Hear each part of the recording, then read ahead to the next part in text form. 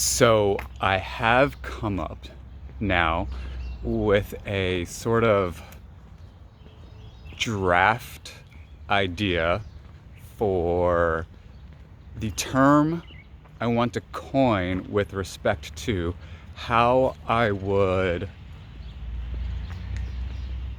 describe, characterize my philosophy, speaking systemically, at this point in time. Mind you, the great thing about, in my opinion, extemporaneous talking via video diary as opposed to writing is that writing at its most effective, I think, would be something very distilled and closer to something more authoritative, something closer to something you want to hang on to for a longer time as you're something you're more confident in holding on to as, like a principle kind of thing. So I want to talk to you about that. Also, I do like doing these while walking. It's just such a beautiful day out. If it wasn't so beautiful, I wouldn't.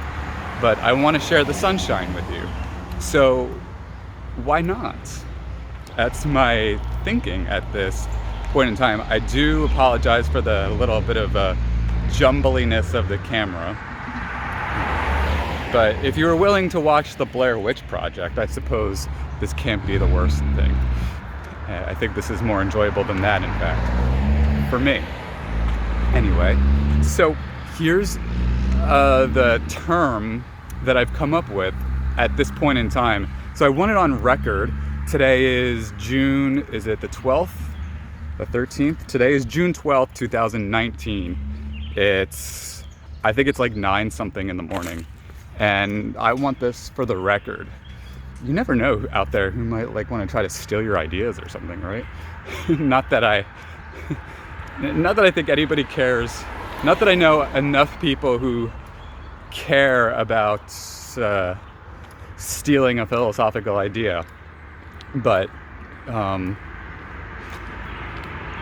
I just wanted for the record that I thought this here and now, lest somebody should come up with something later and I wasn't on the record saying, I thought that then. Nobody would believe me, perhaps. So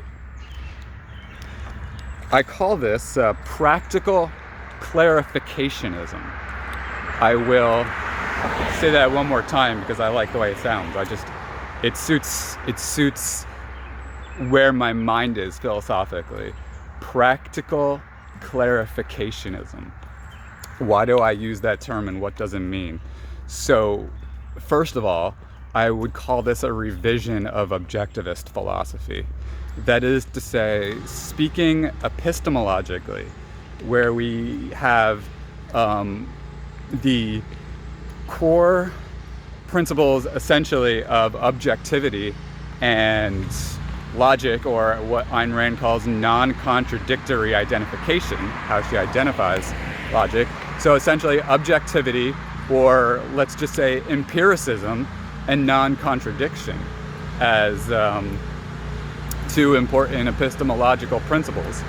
To me, that all makes, I can't identify a problem with that. That to me seems like a pretty solid principle. But I've been concerned with objectivism for various reasons. Oh, I apologize for the noise. I hope that's not too irritating. I've been troubled with notions of objectivism for some time because, this goes back to actually, I remember before I had even really fully dived into objectivism, when I was in my early periods of reading through and contemplating the philosophy and Ayn Rand and all of that,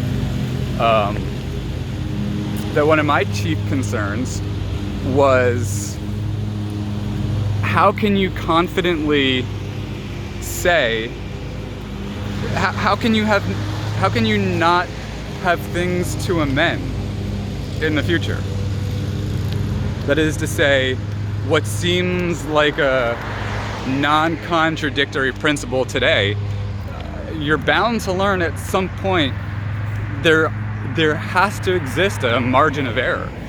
Maybe it will be that plenty of things that we come to determine that appear true, in fact, do stand the test of time. So you had the margin of error, you allowed for a margin of error, but it checked out anyway. But one of my problems with objectivism, and it's not to say that objectivists I'm familiar with haven't contemplated this problem. Leonard Peikoff does in his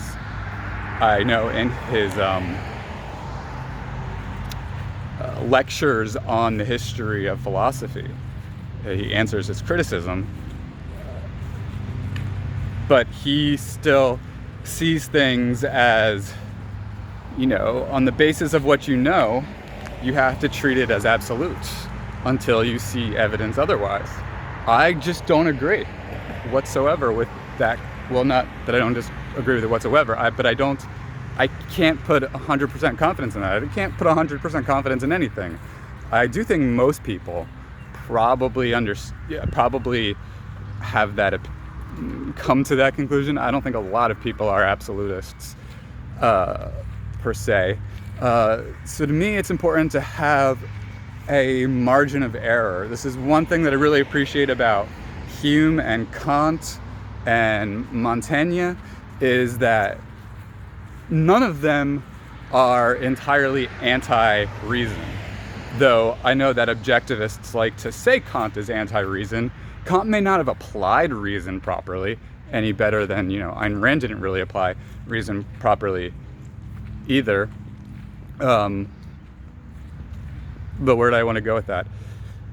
Sometimes when you're walking and you see things, they distract you. You forget where you were going. Right, but this margin of error concept is important, and to me, because it means that we never do see reality in its absolute. That's impossible, for the very fact that we're not gods, and we do have things in our brains that filter the information to us, the sensory data to us.